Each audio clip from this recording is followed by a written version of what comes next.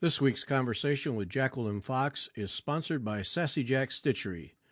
Two big things happening at Sassy Jack's. In addition to the expected opening of the Sassy Jack's store in early September, be sure to sign up for the September Soiree online retreat, September 15 to 18. Each year, the soiree has been a big hit, and this year promises to be the best yet. You can now also sign up for a series of October workshops with Jackie Duplessis.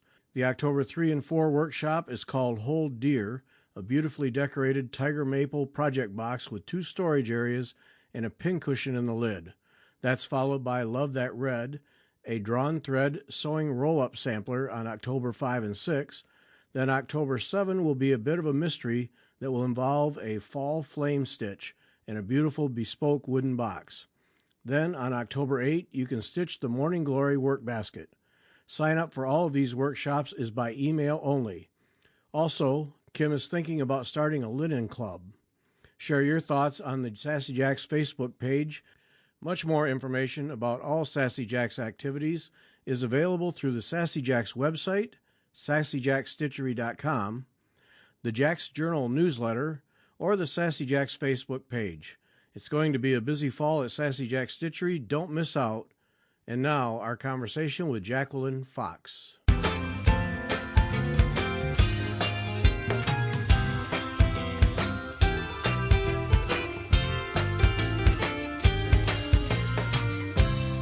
Welcome back. I'm Gary Parr, and you are listening to Fiber Talk, the twice-weekly podcast for needlework artists.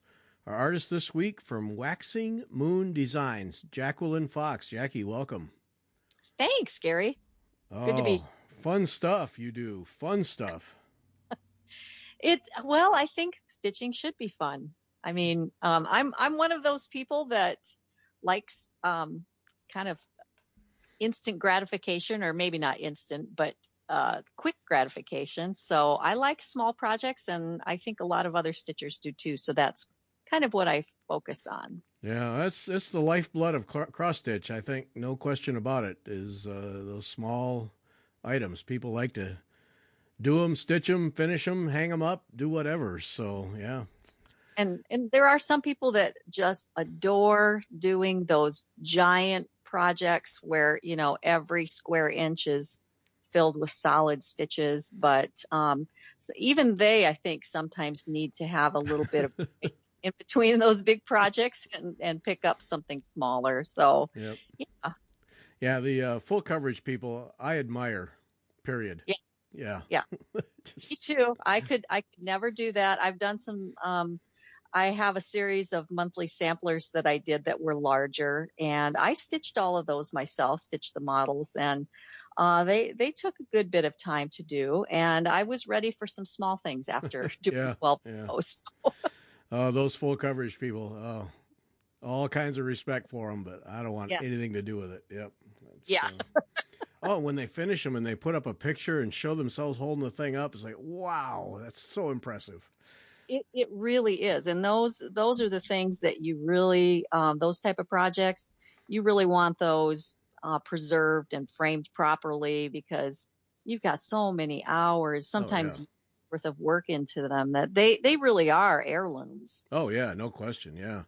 Well, yeah. And even if they are a copy of some piece of art, who cares? They're just gorgeous. Yeah. Stunning stuff. Yeah.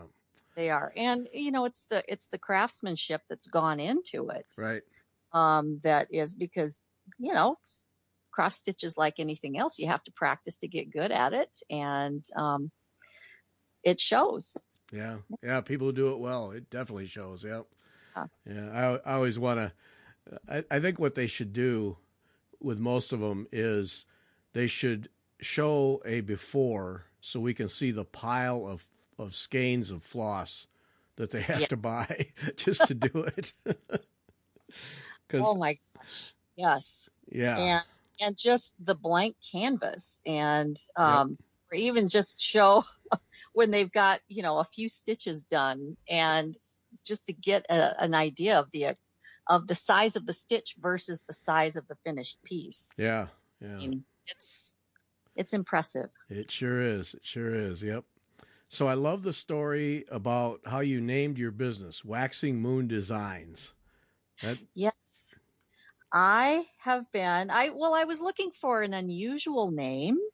And, some of it had to do with, I took an astronomy class in college, so I knew all about the waxing, the phases of the moon, waxing and then waning. And when I got out of college, I've always been an avid gardener. My grandparents taught me how to garden, and I helped them a lot. And when I got out of college and finally got my own home, I really kind of jumped into gardening, and I was reading all sorts of stuff about gardening, and I was getting kind of having fun reading the Old Farmer's Almanac, and they had articles in there about planting by the phases of the moon. And so I was kind of trying that a little bit, trying my hand at that technique. And so when I was trying to come up with a name for my business, I decided they said in the Farmer's Almanac that if you are growing like vegetables where the fruits are above the ground, you plant the seeds during the waxing phase of the moon, because it is supposed to make the seeds and the plant grow better. So I thought, that kind of stuck in my head. And I thought, if it's good enough for a garden, maybe it's good enough to name a business after. Sure. So I, said maybe if I name my business Waxing Moon Designs, it'll grow. So, Yep. So that's what I did. And the other thing was just that it's a unique name. It kind of stands out. Oh yeah. No, there's no question about that. Yeah. So, all right. So, do the vegetables above ground actually grow better if you plant them during a waxing moon? I was never Okay. here in Iowa. I was never really able. I mean, you have to be able. It has to be not raining, and it has to be fit to, during the waxing moon to get those seeds in the ground. And it just seems like here in Iowa, the weather's so changeable that I ended up just putting the seeds in the ground whenever I could get them in. So. Yeah, it's more important that they be in the ground than what the moon is. That's right. And I don't know. I think my vegetables seem to grow okay anyway. So. Yeah. Probably water and fertilizer is more important, I would think. Yeah. Yes. Mm-hmm. Yes. And that right now, I mean, I'm still a big gardener, and right now my garden is like in full harvest mode. Everything's coming at once, and I just canned like 6 quarts of green beans here right before I got on the phone with you. Oh, you're a canner too. Oh my. Well, you got to do something with all of that produce, So I do a lot of canning and freezing. I give it to my kids and share it with neighbors, and it's a hobby. Keeps me busy. Yep. Now, when I was growing up, we had a 1/4 acre that we planted all kinds of vegetables, and my summers, and I know this time of year, I know it well, were spent either planting or picking. And, right. Picking green beans and snapping them, and my mom canning them, or picking corn and shucking it. And, the lectures I got about leaving silks on corn, and, to the point where when I got out of college, I swore I would never have a vegetable garden ever again. And I haven't. Yeah. Yeah. Well, I think, my kids, were kind of the same way, because I would ask them to help me in the garden. I didn't work them too hard though, but they were kind of like, oh, we hate this. But now they're getting in the 20s and 30s, and they're kind of like, Mom, they're asking me questions. They'd sort of like to try their hand at gardening. So we'll see. Yeah, no. And my mom grew up picking cotton. She lived in, I forget where she lived, but anyway, Southwest somewhere. But anyway, she picked cotton, and for her to be out in the sun all day long picking stuff was nothing. And I hated it. Oh, I hated it. Go pick the beans, and green beans. Stop putting out beans. Yeah. Stop it. When's the frost coming?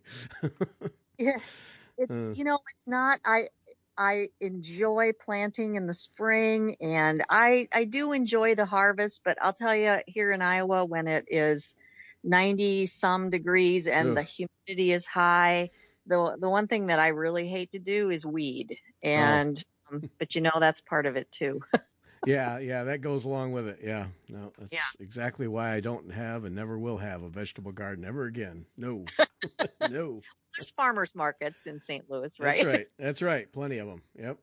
Somebody else do that. Yep. Yeah. So you learned stitching from a college roommate.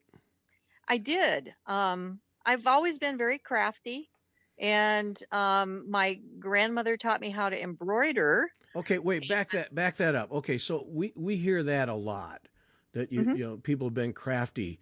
So then you did your grandmother taught you to embroider. So you came from that a family that was always creative and always building things or making things. Well, not so much my mom because she had her own business. She was a hairdresser, and Oh, uh, so she was really busy with that. She didn't have a lot of time to do crafts and stuff. But my grandmother on my dad's side, I spent a lot of time with her when I was little and or growing up, and she did a lot of she did tatting and she did crochet. She made rag rugs, and she did embroidery.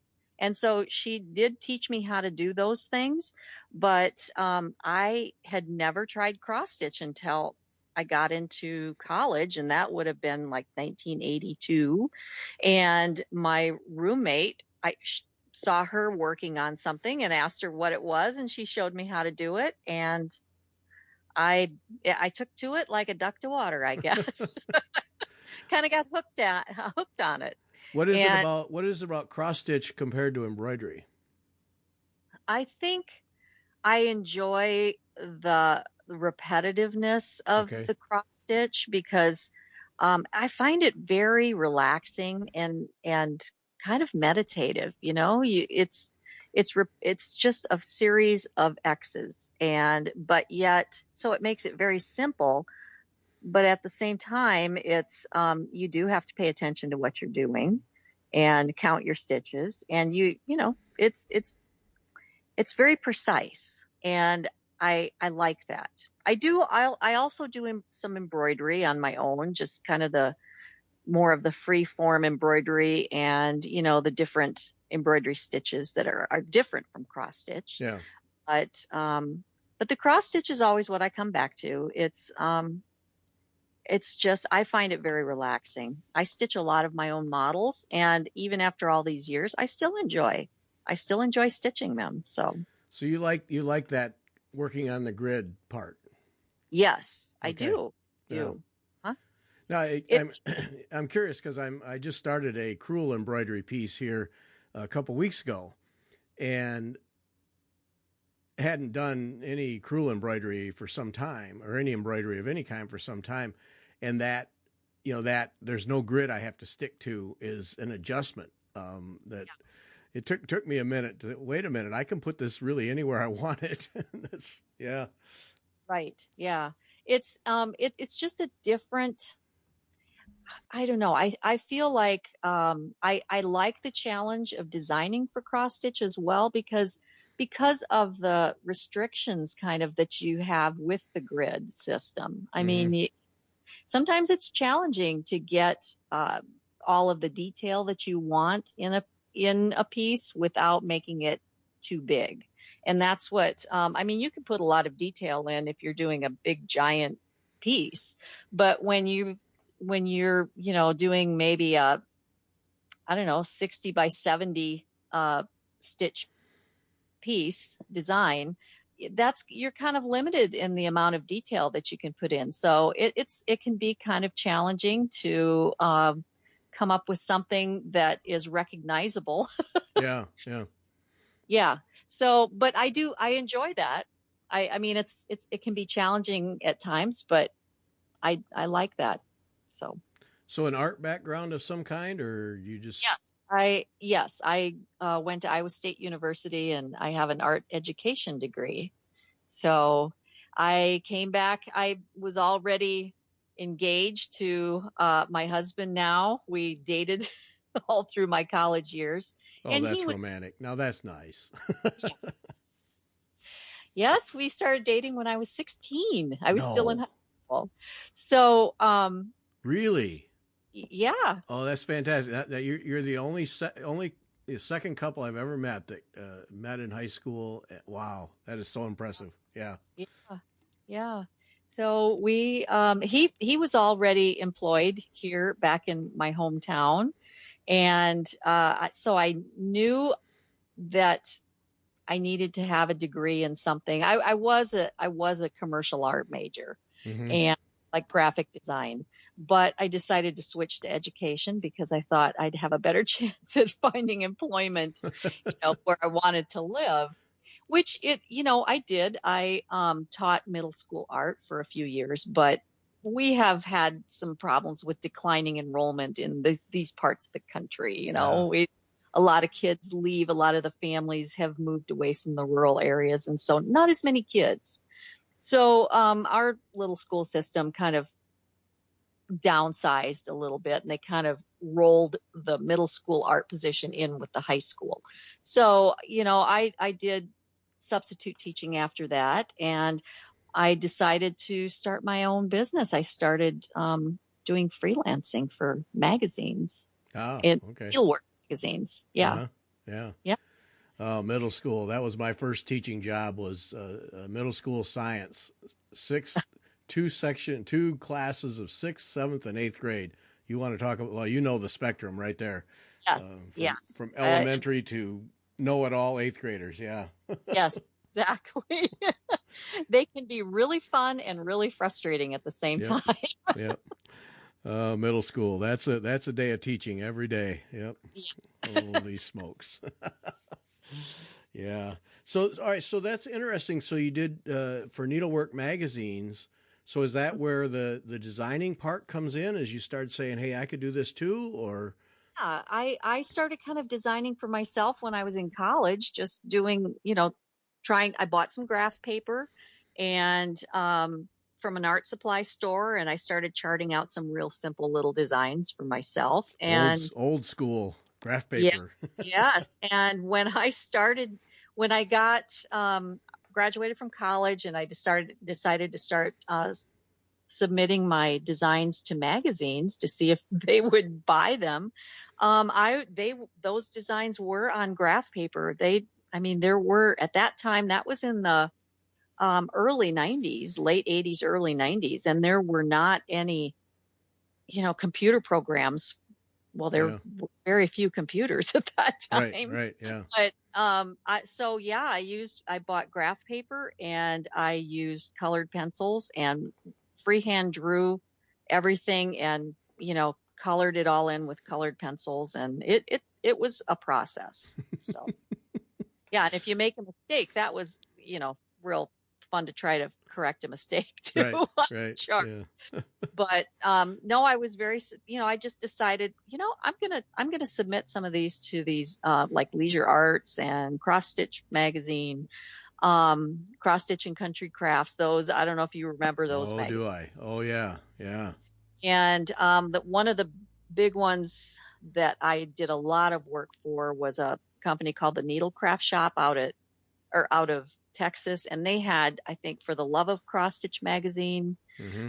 It's the name of it. And I did a lot of work for them. And but yeah, I was really pleased and surprised when they got back to me and said, absolutely, we want to buy these. Oh, So that's that's great. what I did for, oh gosh, until the late 90s when I started this business. Yeah. What's that Yep. process like? So, graph paper, colored pencils, and yeah, erasing a mistake. There's a Yeah. challenge.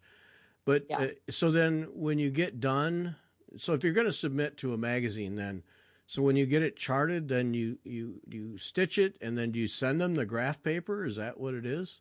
I didn't even stitch it. I Oh, just okay. charted it. No, they have stitchers. Oh, They have stitchers that do it. I would chart it, and I'd have a colored pencil color for each color of floss. I'd have to draw my own my own chart on the or graph on right. the chart with the floss colors, the coordinating floss colors, and I would just send them the original. I mean, because I didn't have at that time, there was not any color copiers that were around here that were available. I'm sure that maybe they were available at that time, but not around here. And you And wouldn't have been able to afford them anyway. So, yeah, so I would just put them in a manila envelope and mail them the charts, and they would get back to me and let me know which ones they wanted to buy, and they would pay me a flat fee, and that's what I did. That's what I did for a living. I just kept pumping out chart after chart after chart yeah, and sending them to magazines. And it was great because at that time I had little kids, and it was flexible. It allowed me to make an income, but still, be able to be home with my kids. right. And it worked out really well for me. Yep. Wow. Sending off, there's only one copy of a design, and you trust it to the post office, and oh boy. Well, at that time, believe it or not, I don't think I can't recall that I ever lost No? any checks in the mail. I've lost a lot of stuff in the last few years in the mail. Right, right. I don't think the post office is quite as reliable as it used to be, No, but back then I don't think I ever lost anything that no. I recall.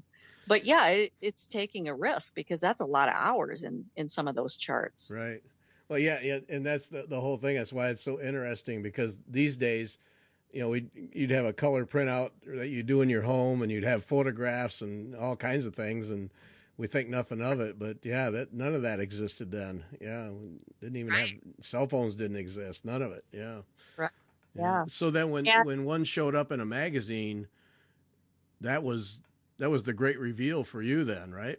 Yes. Yes, it was because they had it stitched and framed and everything. So when it showed up and I got a copy of the magazine with my design on the cover, I was like, wow, that turned out good.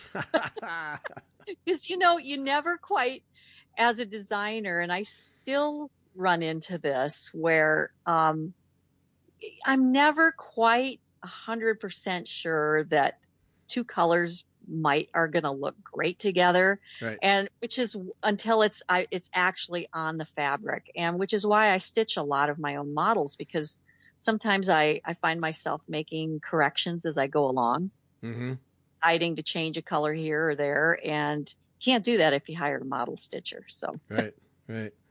Wow, what an experience. Yeah, here comes the magazine. I get to see my work for the first time. yeah, boy, it was exciting too. I remember, oh, so exciting seeing your design on the cover of a magazine, and it was in full color, and it was Right. just, yeah, I thought I'd made the big time. Yeah. Well, and that was, for even back in those days, to print color pages on magazines, that was expensive.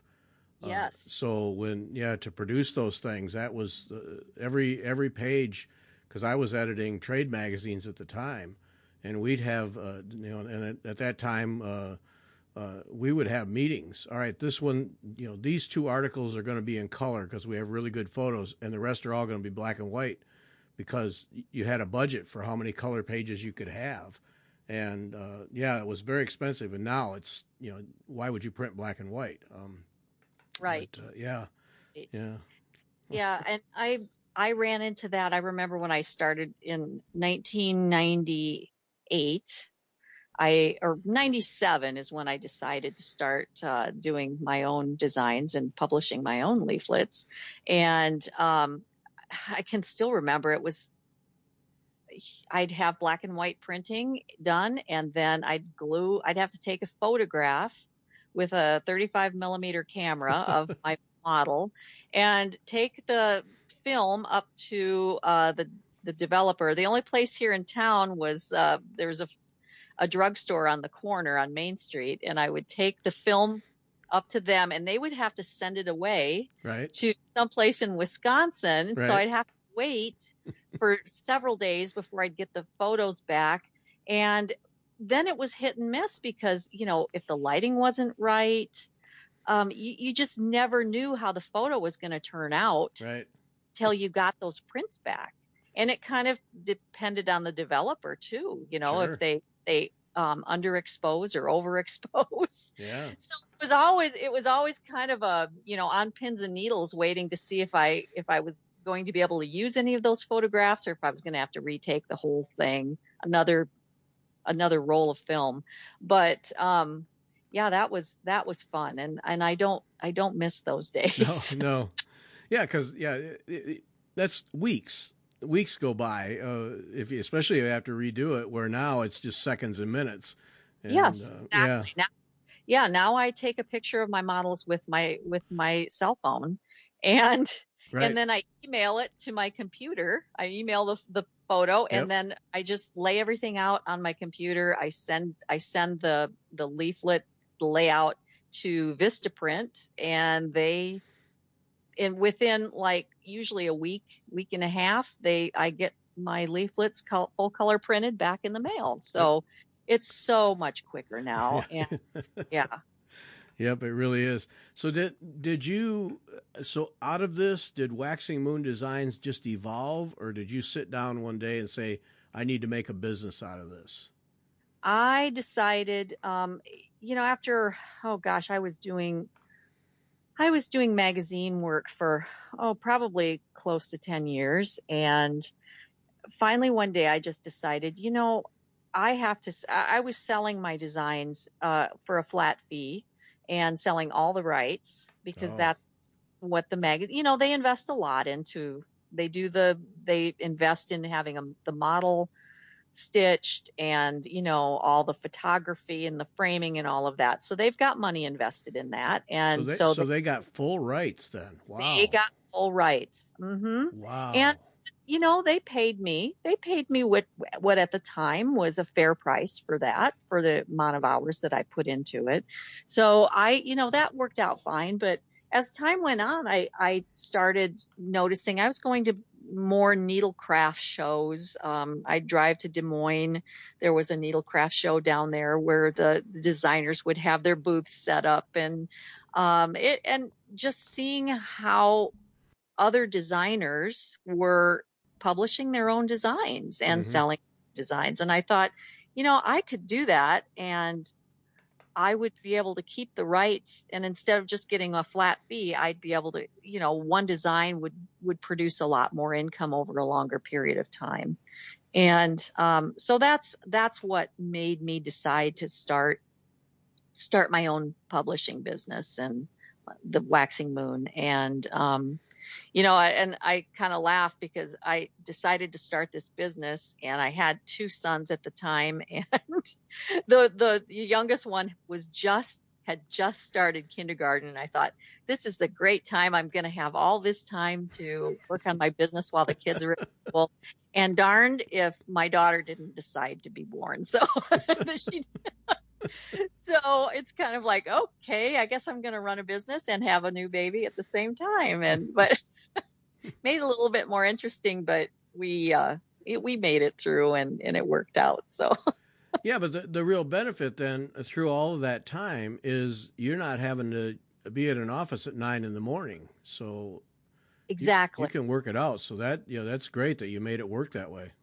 Yes. And it was when I started waxing, it was a lot more work than what the designing for the magazines was, because when you're running a business, you're wearing all the hats. I had to do, all the packing of the leaflets, the folding, the gluing on the photos on the covers, because that's, I ordered photo reprints, and that's what I used for the cover of my leaflets, the Yeah. color photo. And so there was a lot of work involved in that. And it still is a good deal of work, sacking patterns and packing orders and shipping to distributors. Right. So it does take time, but the nice thing is, as my kids got older, they were able to they were able to help mom sack patterns and do that kind of simple work. So they were my little helpers. Yeah. Why not? Why not? Yeah, yeah. If you want me to cook dinner, I got to get this done. Chip in. Well, I did make it worth their while. I paid them to do it, and it was, it's a lot better than mowing the lawn.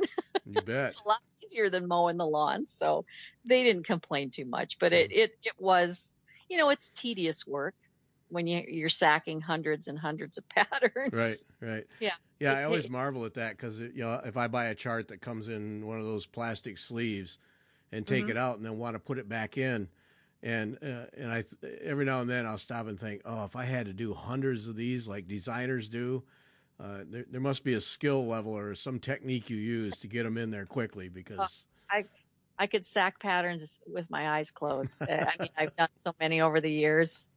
My hands just kind of go through the motions automatically. But it's not like it was back when I first started designing. Cross stitch was, at its. I mean, it was huge. well, I there mean, was one next to every gas station. I mean, for crying out loud, there were shops like, everywhere. yeah, and when I first got picked up by Hoffman Distributing, which is like one of it's my main design or main distributor, I was, they would order like 1,000 leaflets at a time, Mm, and that is a lot of. I was kind of shocked, it was a surprise for me that the numbers were that big. yeah, And that's a lot of work. It's a lot of work to sack and to fold and sack all of those patterns. So right. Wow. Yeah, but a feel good 1,000 patterns. Oh man. Yeah. yeah, and the first time I went to, they don't have that trade show anymore, but there was a trade show in Charlotte, North Carolina, at the time, and it was a big one. That it was a wholesale trade show, and the first year I went to that and meeting some of these designers, the older designers that were real popular in the 80s, and listening to them tell stories about how big it was back then. And they were telling me, oh, it's nothing now compared to what it was. But just the numbers that they were talking about, and I was like, it was amazing. Yeah. And it's never been, it hasn't been that big, in since I've been doing it, but I see now the resurgence. It seems like a new generation is starting to discover Yeah. cross stitch.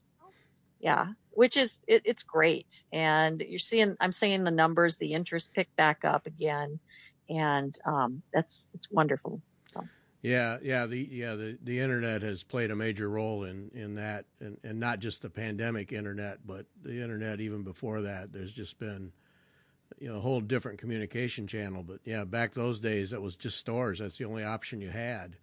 And right. but oh boy, there were so many of them, and they were always busy, and yeah, it was crazy times. Yeah. Yeah. And I'm very lucky. The town that I live in, we have a needle workshop right on the corner, and it's a big one. And Yeah. it's called the Stitchery Nook, and she draws people from states away. It's because it's worth the trip. I mean, she's got a very large store, and it's very well stocked, and she does retreats. She has the upstairs of the building redone, and she hosts retreats up there. It's just, I'm kind of spoiled because I Yeah. live about blocks away. Oh no, that's dangerous. That's not Yeah. spoiled. That's dangerous. Uh, It's so fun. It's like being a kid in a candy store, going up there and seeing all the new stuff that comes in. So yeah. well, and as a designer, though, a real plus if you just walk a couple blocks down the street if you need some thread. Wow, that's Yeah. huge. Yes. I get most of my thread. A lot of the thread companies that I use on a regular basis, they usually supply me with thread. They replace what I use Hmm. for my models. But, yeah, if I run out, rather than contact the thread company and wait days, to have it mailed to me, it's so nice to just be able to hop on my bike and buzz up a couple blocks to Main Street, and everything I need is right there. So That's great. So yeah, Stitchery Nook still is it Osage, Iowa? Yeah. it's Sage, Iowa. Yep. Yeah. Yeah. And it is worth the trip. Okay. Well, next time I get to Iowa, I'll look that up. Yeah. There you go. Yeah. Do you ever, through the years now, uh, ever get phases of burnout? Is it? Yes. Yes, I have. Yeah. Um, Around, oh gosh, I don't know, maybe 10 years ago, it it was like, well, cross stitch was kind of, I was seeing a decline. I mean, a lot of shops were going out of business. Um, the internet had gotten big, of course, and there were so many pirate sites or Mm, needlework places out of Russia and China that were, stealing patterns and posting them on their sites, and it was kind of, yeah, it was frustrating, and I found myself, there was a time when I was like getting kind of burned out just from like, why should I keep doing this? Or is cross stitch just, is it going out? Is it kind of circling the drain? yeah, And yeah, but it's kind of picked back up. Or it's picked back up a lot actually. right. And I just decided that, I still love that creative process. And I just decided to stop focusing on the negatives that I have no control over anymore. Yeah, There's no reason to focus on that. right. Yeah, I can imagine people lifting your designs and selling them. That just must suck the life right out of you. That's so frustrating, and so frustrating that people actually are buying them. Yeah, And it wasn't even so much that they were selling them. These are like pirate sites over in China that were just giving them away for free. And jeez. I just had to tell myself, the people that are going to those sites they're not going to spend money on my patterns anyway. The likelihood that they were actually going to buy one, so it's not like I'm losing a sale. And I just decided there's a lot of stitchers that do want to support the designers, and they are more than happy to pay us Right, for our designs. right. So, and I've just focused on that, and I said, I'm just going to focus on the positive parts of the internet. Yeah, And and so many more opportunities have opened up too. I started an Etsy shop, which really helped. It really helped me keep my old patterns hmm, available. I digitized all those. And so I kind of embarked on making the most out of the internet instead of, yeah, instead of sure. complaining about it. Yeah. No, that's a good way to look at it. Yeah, the people who are going to buy those charts, they're never going to be customers anyway because they're never going to. Yeah, that's good. I like that. Yeah, yeah, So I designed for the people that enjoy my designs and support me. And I, there's just more and more people like that. And, the stitching community, they're a great supportive community. And, I just appreciate them so much. right. So what? Obviously, I'm sure you started. DMC floss was your mainstay and probably still is. Yeah. What did overdyed floss when those showed up? What did that do for you? Was that an exciting new world, or Oh, just another thing to work into your designs? no, I did DMC floss when I was working for the magazines. And, when I started waxing moon, that's when the overdyed flosses were just coming in Uh huh. to, widespread use. And so I jumped right on that because I loved stitching with them. I loved the fact that you could take, one skein of floss and stitch a portion of the pattern of the design with it. And you didn't need to add any shading because there was shading already inherent in the floss itself, which gave the designs a very distinctive look and just an interesting visual texture to it. And so I really like that. And I do use almost all overdyed flosses in my patterns now. Usually Weeks Dye Works or Classic Color Works or Gentle Art. And but I always include the DMC alternates because I know not everybody has access to the overdyed flosses. Right. Right. So Yeah. So okay, so that you stay with the main brand names because that through the years overdyed flosses a lot of companies have come and gone, but Yeah. Those Yeah. those three are pretty stable. Yeah. Right. And I love trying new flosses, and I have in the past, but yeah, as a designer, you want your pattern to be able to remain like a viable pattern. You don't want the floss that you're using to disappear after or become unavailable, a year after or months after the pattern comes out. Right. So, and I've had that happen over the years. That's live and learn. And Yeah. it's not to say that I won't use a new company. I still do. And but I a lot of times stick with the companies that have been around for a while, just because I'm pretty sure they're going to continue to be around for a Right. while. Well, yeah, yeah, you're exactly right. As a designer, you got to look long term, and because Right. if you can't sell a chart because people can't get the thread, then you either rechart it or Yeah. it just dies. And yeah, you created it, you'd like it to live. Yeah. And that said, I do always put DMC alternates. So if you can't get the floss that I call for, the DMC is going to be a pretty close match. But that said, it's never an exact match. I mean, it's going to look a little bit different with DMC than it will with the overdyed. Right. Right. But it's still, I'm surprised a lot of people send me photos of designs of mine that they've done, and they have stitched it with DMC, and looks great. Yep. Yeah. No, that's the thing with we did a design, Jennifer, Beth, and I forget what it was, a year or two ago, and Jennifer did hers in DMC floss. And we had other people doing it in DMC, and then Beth and I were doing it in silk. Every time that we would see it, it would go, wait a minute, why am I messing with silk? Why am I spending money on silk? Because that DMC just looks terrific. Yeah. And there's a reason that thread in all of its colors is still the mainstay today, as it delivers time after time. Yeah, you can't. Right.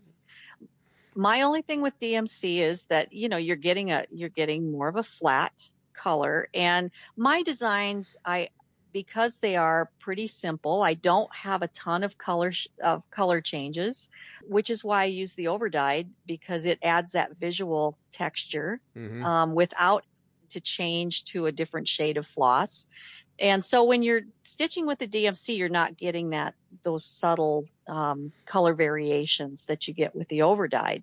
And when I designed with DMC exclusively for the magazines, in order to get that shading, I would have to, switch colors. So I use a lot more colors to get that same shading effect if I'm using the DMC. Yeah. So it's just a little bit different designing technique, but the size of most of my designs are pretty small.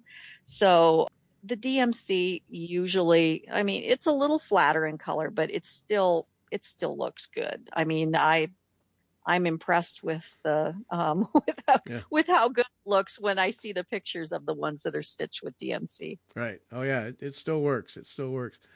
The back in those days in the 80s and 90s, if people have any charts, and you see somebody, it'll pop up on Facebook where they'll have an old chart they're working with fractional stitches and back stitching. That was just commonplace.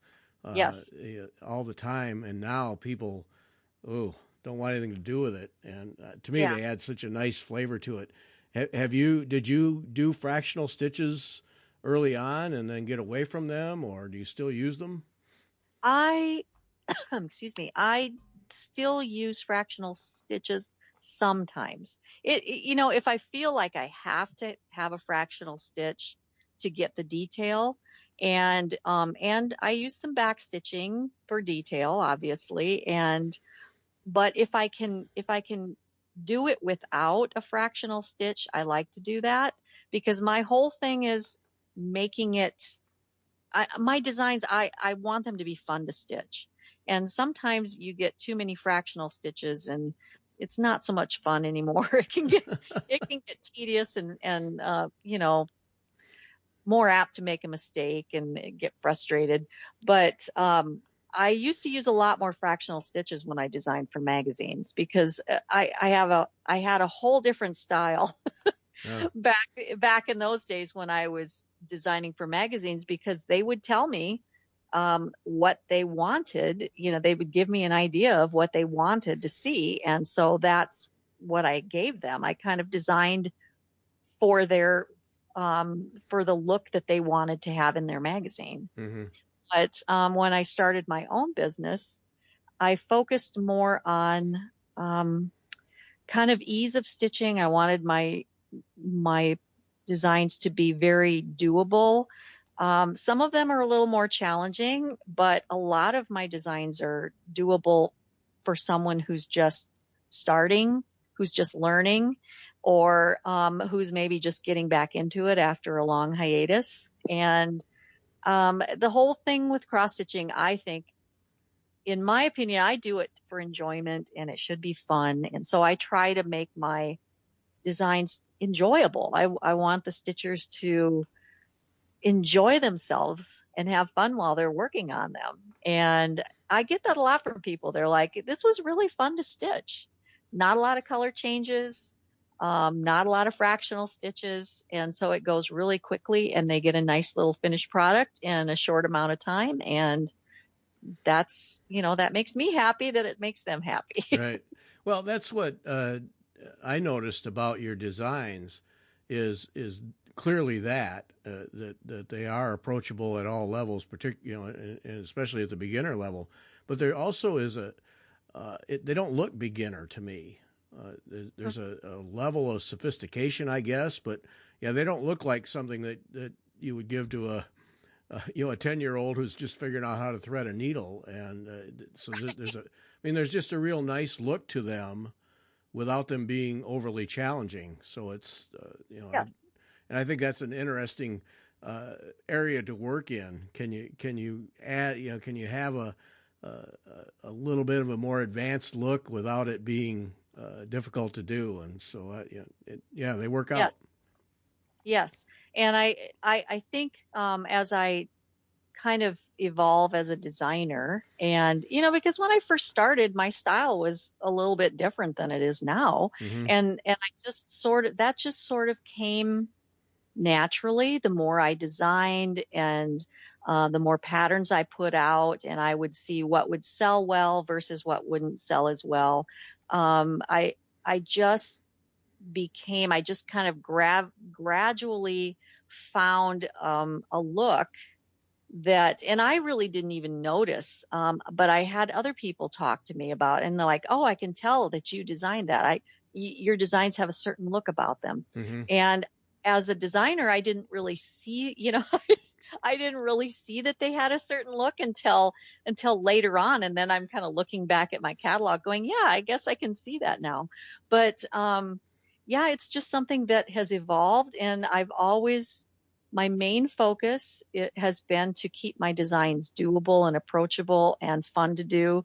And the style itself is just something that I've just sort of has evolved over the years. And I design things that I like. I design things that inspire me. If I come up with an idea and I feel inspired, then I'll do a series of designs. But yeah, I kind of know if I don't enjoy designing it and stitching it, then it's probably not the stitcher is maybe not going to like it so well either. So I try to go with things that I like, that I feel inspired by. Yeah, and you do you use that series approach a lot, and effectively. So you find something, and then how many variations can I get off of this? Yeah, and it's more so, like with my house series that I have done, the house trios, that kind of just started as a one-off, a one-off idea, and I had so many people say, "Are you going to do more of these? Are you going to do more of these?" And it's like, well, okay, I will. And they were very, those the two designs that I did at the beginning, which was the Halloween house trio and the patriotic house trio. They sold so well, and there were so many people asking for more that, and the owner of the Stitchery Nook was saying, "Oh, these are really popular. You got to do more." So yeah, I just went ahead and I had people email me and say, "What about doing St. Patrick's Day?" or "What Oh, about doing that?" So I get suggestions from stitchers, and if it's one that I think that I can come up with a good idea for, then yeah, I do it. yeah. So So when you go to do a series, it must be a particular challenge in there to make each one different, but have them all look like they fit together or they go together. That's got to be interesting yeah, at times to pull that off. the series can be a challenge, but yet at the same time, once you've stitched or once you've designed a few of them, it's you just get on, or I just get on a roll, and they're easy. I mean, I have a lot of ideas usually if I'm doing a series, and I can just whip them right out. Yeah. So you're one of those artists that has a head full of ideas and time Yeah, is the limiting factor then. Okay. yeah, yes, definitely. All right. Now we're going to run out of time and I knew we'd end up here.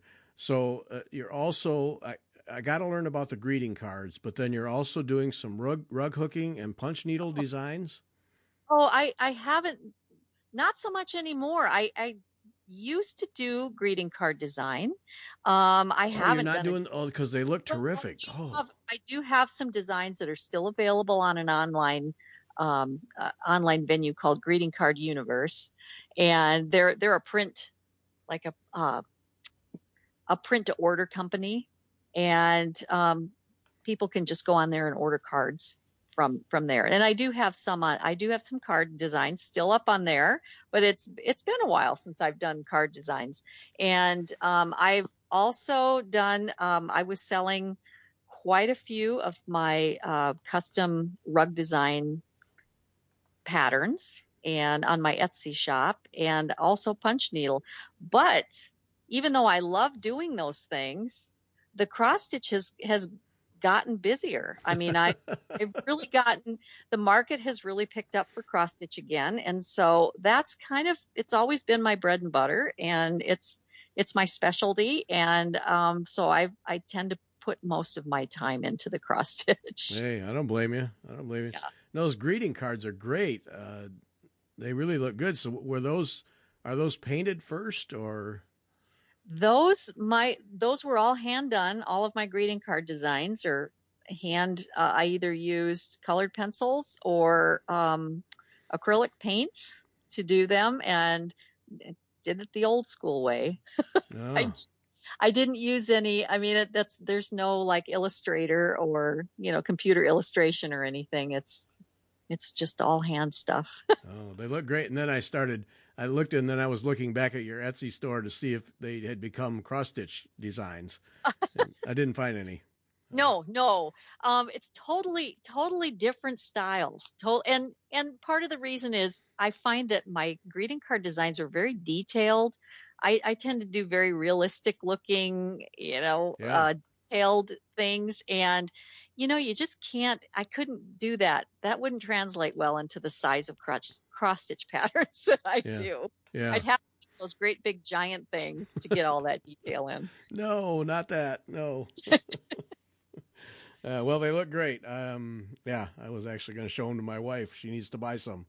So Oh, that's the kind of thing where it's print to order, so you're not hauling around a bunch of inventory or anything like yes. that. So okay, Yeah, and I found that's one of the wonderful things about the internet too, that I really like, is the fact that I can do my art, put it up online, and sell it digitally, or through venues like Greeting Card Universe, where they do all the printing and I don't have to carry yeah, any inventory. yeah. So Well, they're attractive cards, so thank you. people ought to check them out. So one of the things that I picked up, even though you have an Etsy shop, is that you seem to be a real strong supporter of local needlework stores, and to me that is absolutely critical. Yeah. But online, it's so easy to just start selling stuff online and PDF downloads. But if we don't have those stores, this whole thing will just not be good. And you Right. seem to be a real supporter of the local stores. Oh yeah. Oh yeah. I still have all of my designs available. Well, the old ones that are out of print. That was the reason I started my Etsy shop, was Uh, because those old patterns, I still would have people contacting me wanting to know if they could still get copies of those. And and the shops just weren't carrying them anymore because they, were 20 years old. right. But so I digitized those and put those up on my Etsy shop. And that's the reason I started the Etsy shop, was just to keep my whole catalog of designs available, and also to make them available to people that live in other countries, because um, you know the cost to ship something across Yeah. Europe, there's I don't think there's a lot of needlework shops in Europe. I think there's still a few, but from what I understand, kind of few and far between. So it was to give access to my old patterns, and to people that might not live in the United States and have all the needlework shops that we do. But yes, you can't have a thriving cross stitch community without access to, physical access to all of the wonderful products that we have available, and to be able to go into a shop and actually see it close up in front of your face and not on a computer screen. And it's you can't replace that. I mean, it's a wonderful thing. Yeah. Yeah. No, I feel bad for people who don't have an accessible shop, or have to drive 4 hours. It becomes a day trip just to go to a shop. Yes. Because here in St. Louis, there's 3 shops now that one of them just a new one that offers cross stitch. So I'm set. But Uh-huh. some people just don't have that option. And boy, so many times, if you could just hold the thread or look at the design or look at the ground cloth, it makes such a difference. Yeah. And to have a shop owner too, who is knowledgeable and can help you if you don't have access to, maybe they don't carry the fabric that I specifically call for, but they probably carry something that is almost like it, and they can, put different fabrics in front of you, put the flosses on the fabrics so you can see how they look against different fabrics. To be able to do that and have a shop owner kind of walking you through all that and helping you pick out things, um, it's wonderful. And I hope there are more shops popping up in the future, because it would be great having it like it was in the 80s, where there was like a shop in every town. Yeah. Yeah. Yep. No, I agree. Yeah, we need to support those shops at every turn, and even if it's just buying DMC floss, Yeah. yeah, it's more expensive than Joann's, but they offer so much more than a Joann's will ever offer, and Oh, right. You're not getting the service that you get in a needlework shop. right, And there's no one I mean, the ladies that own, or the people that own needle workshops, are very knowledgeable. And if you have any questions, or you need substitutions for something in the supply list, they're the ones that they're going to be able to help you yep, find that stuff. yeah, Yeah, they know the substitution from another thread line that you may never have seen. Yeah, and exactly. Right. Right. pull it off the rack and say, here, use this one, and oh, okay, on my way. Yep. Yes. Yeah. Well, Jackie, thank you so much. Really, just a whole rack of great designs and fun things to stitch. And thanks for taking time to share it all with us. Waxingmoondesigns.com is the website. So Yeah. thank you very much. Enjoyed it. Well, thank you for inviting me, and happy stitching. Yep. All right. And thanks to everyone for listening.